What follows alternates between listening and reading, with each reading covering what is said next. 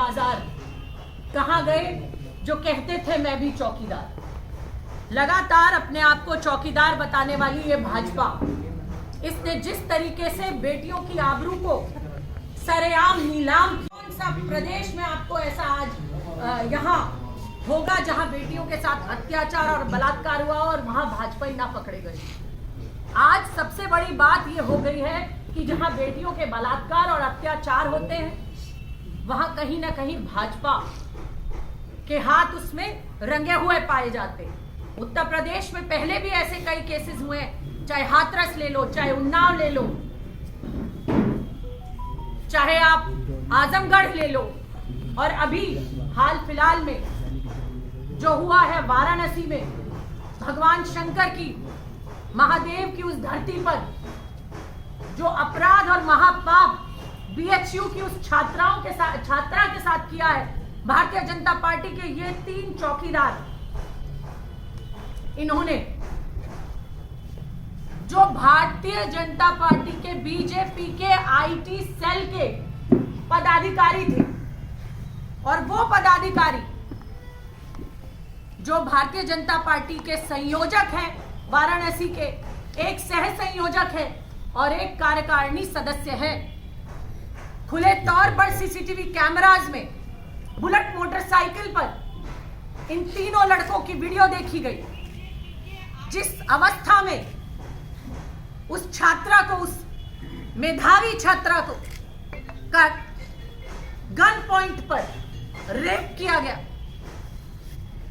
और रेप करने के बाद एफआईआर रजिस्टर होने के बाद भी तीनों को गिरफ्तार नहीं किया गया। क्या किया गया? इन्हें मध्य प्रदेश भेजा गया। 60 दिन तक ये खुले तौर पर घूमते रहे, मध्य प्रदेश में भारतीय जनता पार्टी का प्रचार करते रहे।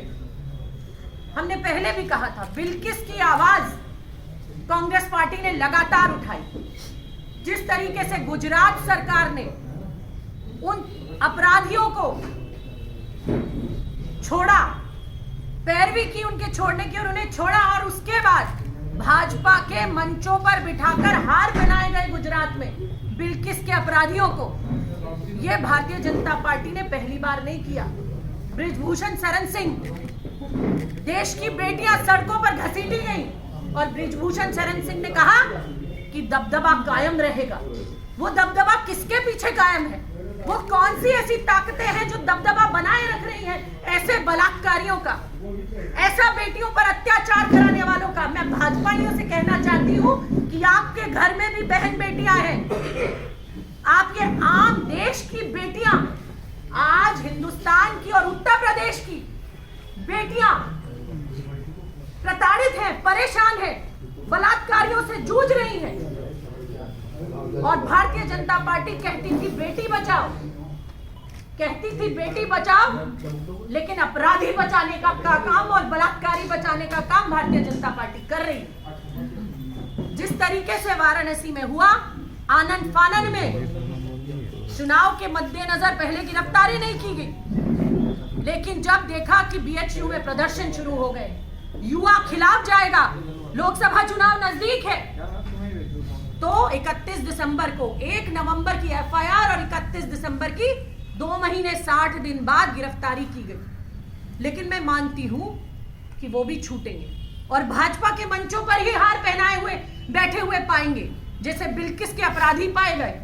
मैं माननीय न्यायालय का, सुप्रीम कोर्ट का धन्यवाद करती हूं कि उन्होंने बिल्किस की पीड़ा को और देश की बेटी की पीड़ा को समझा, और कल भाजपा के उस निर्णय को तार-तार करते हुए उनके फिर से गिरफ्तारी के आदेश दे दिए गए। और मैं ये उम्मीद करती हूं कि वाराणसी के इन अपराधियों को भी न्यायालय, देश का न्यायालय, इसी तरीके से कड़ी सख्त सजा देगा, क्योंकि भारतीय जनता पार्टी और उसके नेता, उसके जनप्रतिनिधि मूक बनकर, आंख बंद कर बलात्कारियों का साथ देने का रोज ये काम कर रहे हैं, पहली बार नहीं किया है। और जहां मैं कुछ आंकड़े आपके सामने प्रस्तुत करना चाहती हूं, बहुत जरूरी है। एनसीडब्ल्यू की एक रिपोर्ट आई हाल ही में। एनसीडब्ल्यू की उस रिपोर्ट में क्या पाया गया? एनसीडब्ल्यू की उस रिपोर्ट में पाया गया कि पूरे देश में आज उत्तर प्रदेश महिलाओं के साथ अपराध में, बलात्कार में नंबर 1 प्रदेश बन चुका है। ऑनलाइन केसेस की अगर मैं बात करूं, सिर्फ ऑनलाइन केसेस की, तो 26,259 केसेस में से 16,168 केस पूरे देश में मात्र उत्तर प्रदेश में है। मात्र उत्तर प्रदेश में आधे से भी ज्यादा केस। ना नेशनल कमीशन ऑफ वुमेन की जो चेयरपर्सन है रेखा शर्मा, वो कुछ बोलती है। मुझे लगता है आज ये महिलाएं भारतीय जनता पार्टी में जाने के बाद सिर्फ पद पर बैठ गई हैं। आज स्मृति ईरानी की बेटी के बारे में बात होगी तो वो आएंगी, लेकिन देश की बेटी के बारे में जब बात होगी तो स्मृति ईरानी निकल कर नहीं आएंगी। ये लोग हथनी पर बोलेंगे लेकिन मणिपुर पर नहीं बोलेंगे, वाराणसी पर नहीं बोलेंगी इनकी महिला नेता उन्नाव पर नहीं बोलेंगी, हाथरस पे नहीं बोलेंगी। अगर उन पर कोई निकलता है तो कांग्रेस पार्टी के नेता राहुल गांधी और प्रियंका गांधी निकलते हैं। अगर उन पर कोई नेता निकलता है तो कांग्रेस पार्टी के प्रदेश अध्यक्ष उत्तर प्रदेश के अजय राय और कांग्रेस पार्टी का एक कार्यकर्ता और जिला शहर में प्रदर्शन होते हैं कांग्रेस पार्टी के। हम जैसे लोग आकर प्रेस वार्ताएं करते हैं और बताते हैं कि आप जो उत्तर प्रदेश को महिलाओं के खिलाफ अपराध में नंबर 1